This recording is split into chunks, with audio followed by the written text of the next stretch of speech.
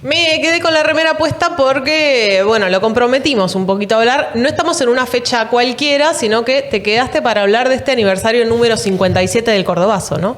Bien, hablemos entonces. Hablemos. Desarrolle, diría el profe. Desarrolle, ¿no? ¿Qué es lo que se conmemora hoy? Para hacer un poquito de historia. Veníamos diciendo, la historia no tiene que ser solo anecdótica, sino que nos tiene que interpelar. Sí, y acá, bueno, el Cordobazo es una efeméride, ¿no? 29 de mayo de 1969. Es una de las grandes fechas de la historia del movimiento obrero argentino, ¿no? Es una gran movilización obrera y popular que enfrenta la dictadura de Onganía y muestra una gran predisposición del movimiento obrero para enfrentar esa dictadura y hacerla retroceder, ¿no? Pero lo interesante ahí es que es organizado, crecientemente va ganando potencia, articula a los obreros, los estudiantes, a las clases medias que ven en la dictadura un problema y que ven en los trabajadores y en los estudiantes una perspectiva para sacar el país adelante. Y es tan contundente el Cordobazo que se constituye en una de las grandes fechas de la historia obrera argentina y de la historia nacional en su conjunto, ¿no? Porque golpean fuertemente a una dictadura que en el 66 había derrocado al gobierno de Arturo Illia, que venía con ideas muy autoritarias, corporativistas, que desde el 66 mismo le empezó a sacar derechos a los trabajadores, ¿no? Y que en el interior esa dictadura avanzó sobre muchos derechos conquistados, ¿no? Tanto en Córdoba como en Rosario, en Corrientes y en otros lugares donde, bueno, trabajadores, estudiantes empezaron a defender sus derechos y realmente la manifestación de esa defensa fue, bueno, muy llamativa. Y lograron pasar a la historia, ¿no? Por esa épica, por esa predisposición para transformar la realidad y por esa decisión de enfrentar a la dictadura para terminar con ese gobierno y poner algo que sea mejor para los trabajadores y las trabajadoras. Te saco dos tópicos de lo que dijiste. Por un lado, lo que comentabas en una época, finales de los 60, en teoría, o deberíamos creer en esta época, menos conectados por dispositivos o lo que fuese, que no había, cómo se termina uniendo con un mismo mensaje el cuerpo estudiantil, los trabajadores y demás. Y por otro, el otro tópico que quiero abrir con vos es cuánto significa que haya sido en una ciudad del interior, más allá de que Córdoba está habitada y superpoblada. Creo que son dos tópicos centrales para entender esto. Es alucinante cómo articulan previamente y en la misma jornada, ¿no? En Córdoba podíamos encontrar a Agustín Tosco, el secretario general de Luz y Fuerza Córdoba, hablando en la universidad. Podíamos encontrar a los estudiantes acompañando las luchas obreras o participando en los sindicatos. Podíamos encontrar obreros que eran estudiantes, ¿no? Entonces habitaban varios mundos. Y el Cordobazo también suma una nueva conexión, ¿no? Fines de los 60 había mucha disputa política, ¿no? Y se había dividido la CGT, ¿no? Nació la CGT de los argentinos en el 68, una corriente más de izquierda, más de liberación nacional, y una CGT más tradicional, y para los hechos del Cordobazo en Córdoba lograron congeniar, ¿no? Enfrentar de conjunto a la dictadura más allá de las diferencias. Entonces ahí tenemos muchos puentes que se van tejiendo.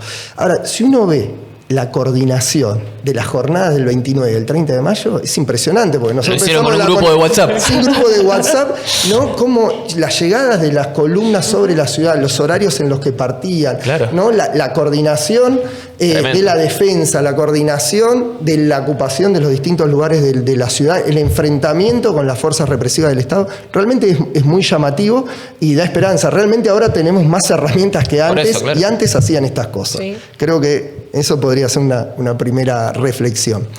Y la segunda... De Córdoba. No, que haya sido Córdoba, en el interior del país. Claro. Córdoba, después del golpe de Estado del 55,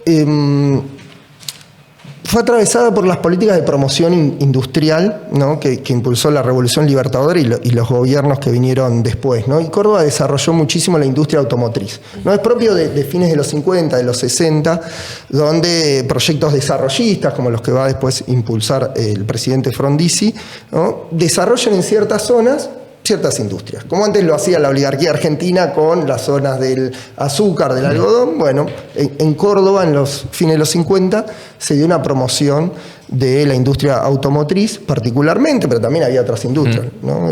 La electricidad y cuestiones así más vinculadas a la industria, al comercio en general.